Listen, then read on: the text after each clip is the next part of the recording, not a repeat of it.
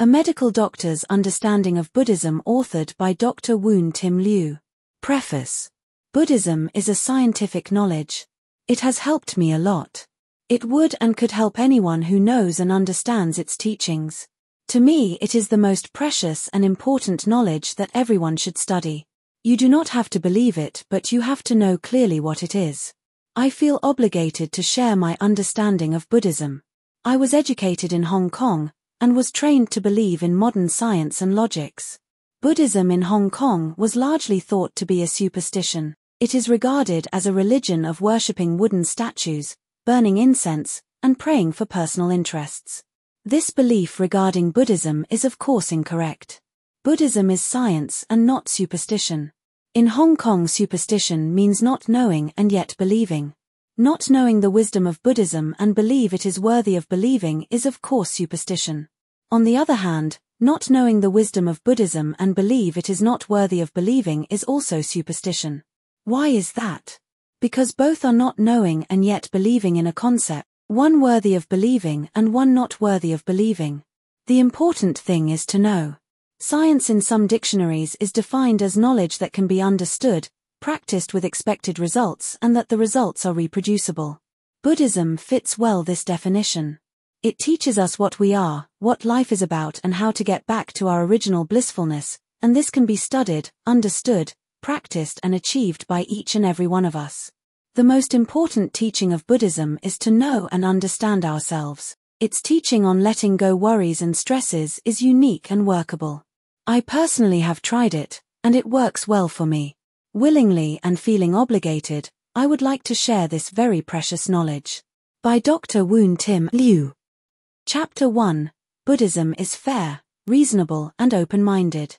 Buddhism is a teaching of self-enlightenment, or self-purification, or returning to the original self, or freeing from all attachments.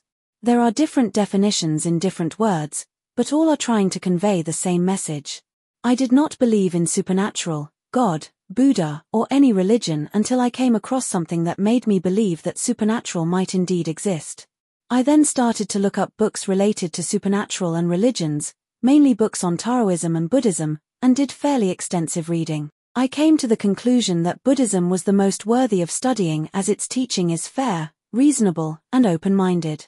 Especially its teaching on how to relax and let go of worries and anxieties is workable and effective, and it is something not found in Western psychology. There are 3 teachings that impressed me most at the time. 1. Examine closely anything before you believe, including the words of Buddha. Buddha told his disciples and followers a verse. Do not take my words for granted. Examine my words meticulously with wisdom, like people examine closely if the gold is real. Do not blindly believe in me just because I am your respected Buddha.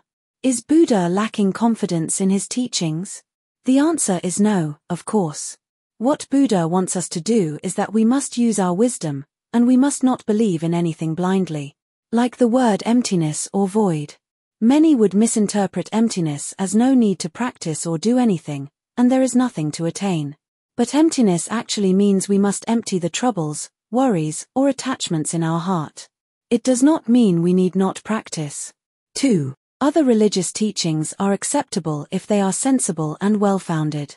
Once a disciple of Buddha and a disciple of Brahmanism were discussing a wise saying, things gather when the causes gather, things shatter when the causes shatter. The saying points out that all material things are made up of various components. Components are the causes. All material things will finally decompose, including our body. Thus we should not get attached to the body and material things, and should seek something higher spiritually. The disciples both insisted that the wise saying was said by their own teacher. The disciple of Buddha went back to Buddha and asked Buddha if indeed it was said by Buddha. Buddha told his disciple that it did not matter who said it.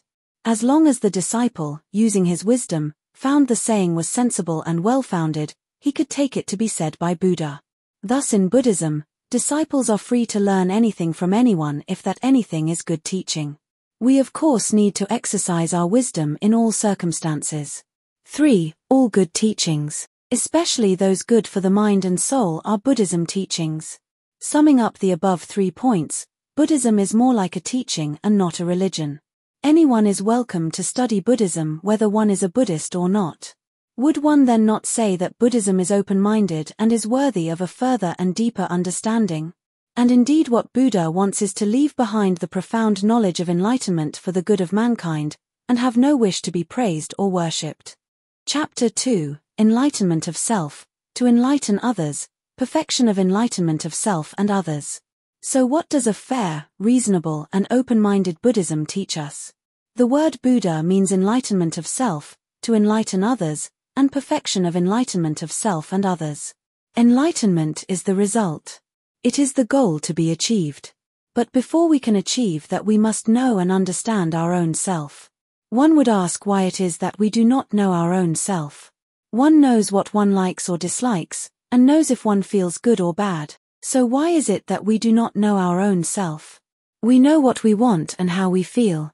But there are things that we do not know about ourselves, like we do not know how to get rid of the negative feelings like worries and stresses from within the heart.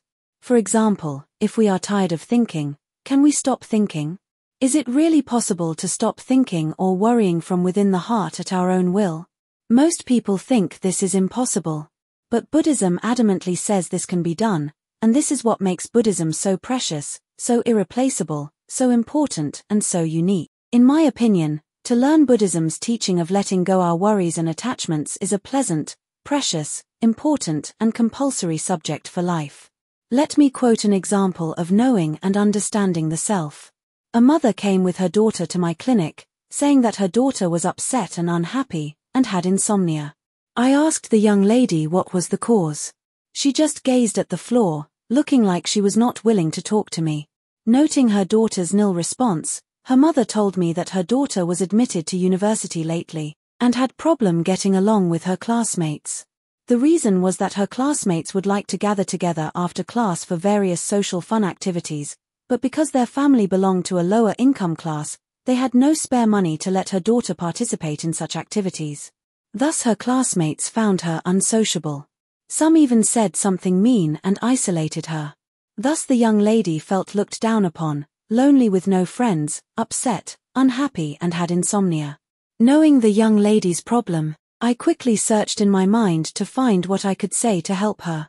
I told the young lady that there were two kinds of friend, one kind was meat and wine friend and the other was helping friend in need. What she needed was not meat and wine friend. What she needed was to focus on her studies, and be a helping friend to those classmates in need. If she could do that, it was not only that she would have many friends but also a bright future.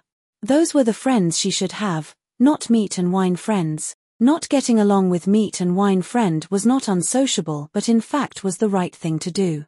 The young lady looked much relieved, and a smile of appreciation showed up on her face.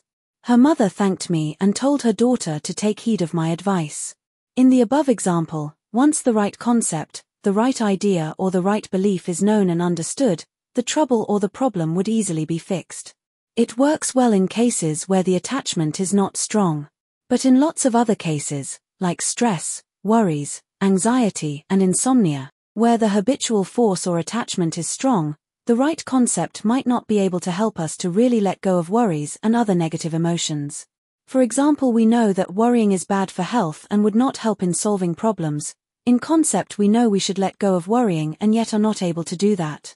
To ease our worries, stress or other negative emotions, and regaining the lightheartedness, we need to learn how to let go of the negative emotions. This is the most important and unique teaching of Buddhism. Most if not all would not believe that it is possible to actually let go of worries and negative emotions, but Buddhism says it is possible. Is that really possible and achievable? Chapter 3, Enlightenment, Purification of Freeing of the Heart from the Three Toxic Emotions, Greed, Anger and Foolishness. In Buddhism, enlightenment and purification means the same thing, that is freeing oneself from all attachments, including greed, anger and foolishness. The following teaching of Buddhism is very important. Buddhism says each and every one of us is originally pure from the beginning of time. Because of egocentricity and ignorance, we develop three toxic emotions, greed, anger and foolishness, with time through life after life. The original purity is always there, has never been lost or damaged, but it is covered by the three toxic emotions, and cannot show up. Only by freeing oneself from the 3 toxic emotions, one can get enlightened or purified. And the most important teaching of Buddhism is to teach us returning to or regaining the original purity, which is bright, blissful, and capable of anything. In order to free ourselves from the toxic emotions, we need to understand what emotions are. Emotions by definition are reactions within our heart, which are so strong that we cannot suppress them. Take greed as an example. When we want to obtain something badly, we are drawn strongly by our desire to obtain that something, and when not getting it we would feel upset, and might even try to obtain it by causing harm to others, then it is greed. If it is just a goal or wish, no strong desire, not causing any negative reactions within our heart, one can still try to obtain it, and then it is not greed. Greed is an internal force in our heart, drawing things towards us. Anger is a force that pushes things away, strongly desiring that the things would disappear. Foolishness stand for all negative emotions other than greed and anger, like admiration, jealousy, enviousness, fear, etc. There are too many other negative emotions other than greed and anger, which are the 2 great causes of attachment, and to simplify, they are all grouped under foolishness. Such foolishness emotions are subtle combinations of greed and anger. For example, admiration is that one loves to have something but would not mind others to have it, more greed, less anger. Jealousy is hostility towards someone believed to enjoy something, more anger than greed. And enviousness is a resentful feeling of an advantage enjoyed by another joined with a desire to possess the same advantage, both greed and anger. It must be reiterated that the most important teaching of Buddhism is to free ourselves from the toxic emotions and reattain our original purity. How to achieve that? It will be discussed later. There are other things that we have to know and understand first before coming to that. Thank you, and we will continue in our next video.